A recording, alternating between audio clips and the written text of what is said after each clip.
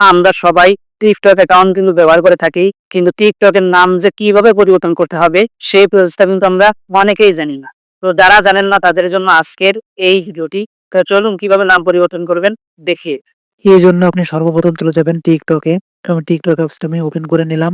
এরপর জাস্ট আমি নিচেই দেখুন প্রোফাইল রয়েছে, প্রোফাইলে এবার টাচ করব। টিকটকটা এরকম শো করবে। এইখানে দেখুন এডিট প্রোফাইল নামে একটা অপশন আছে। আমি জাস্ট এডিট প্রোফাইলের উপরে টাচ করব।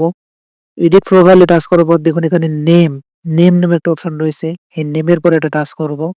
দেখুন নেমের পরে টাচ করলাম। এরপর আমাদের টিকটকের যে নামটা আছে, এই নামটা আপনি মুছে দিবেন। তাই মুছে দিলাম। মুছে দিয়ে আপনার পছন্দ মতো যেকোনো একটা নাম আপনি এখানে দিয়ে দিবেন। আপনার যে নামটা আপনার ভালো লাগে। তো আমার পছন্দ মতো আমি একটা নাম আমি দিয়ে দিলাম। এআই সজীব। এই নামটা দিয়ে দিলাম।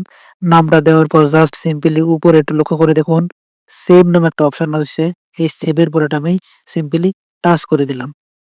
এরপরে দেখুন জাস্ট সিম্পলি কনফার্ম নামে একটা অপশন রয়েছে। এই কনফার্ম এর পরে টাচ করব। আমার টিকটকের নামটা কিন্তু পরিবর্তন হয়ে গেছে। তারপরেও কিন্তু ইউজার নেমটা আপনার পরিবর্তন করতে হবে। ইউজার নেম পরিবর্তন করার জন্য এখানে টাচ করব। ইউজার নেমের উপর টাচ করলাম। এইখানে দেখুন আমার টিকটকের যে নামটা ছিল সেই নাম অনুসারে কিন্তু ইউজার নেম ছিল। তো আমি মুছে দিলাম। এরপর আমি এখানে ইউজার নেমটা আমি যে নামে টিকটক অ্যাকাউন্টটা মাত্র ক্রিয়েট করলাম সেটা দিয়ে দিলাম। তো এটা যদি এভেইলেবল না থাকে সেক্ষেত্রে আপনারা নামের শেষে কিছু সংখ্যা যোগ করে দিবেন।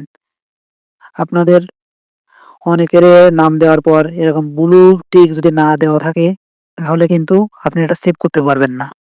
তো এই ব্লু টিক ওঠানোর জন্য অবশ্যই আপনার নামটা দেওয়ার পর যদি ব্লু টিক আসে তাহলে কিছু করা লাগবে না। আর যদি না আসে সেক্ষেত্রে আপনি আপনার নামের শেষে কিছু সংখ্যা যোগ করে দিতে পারেন।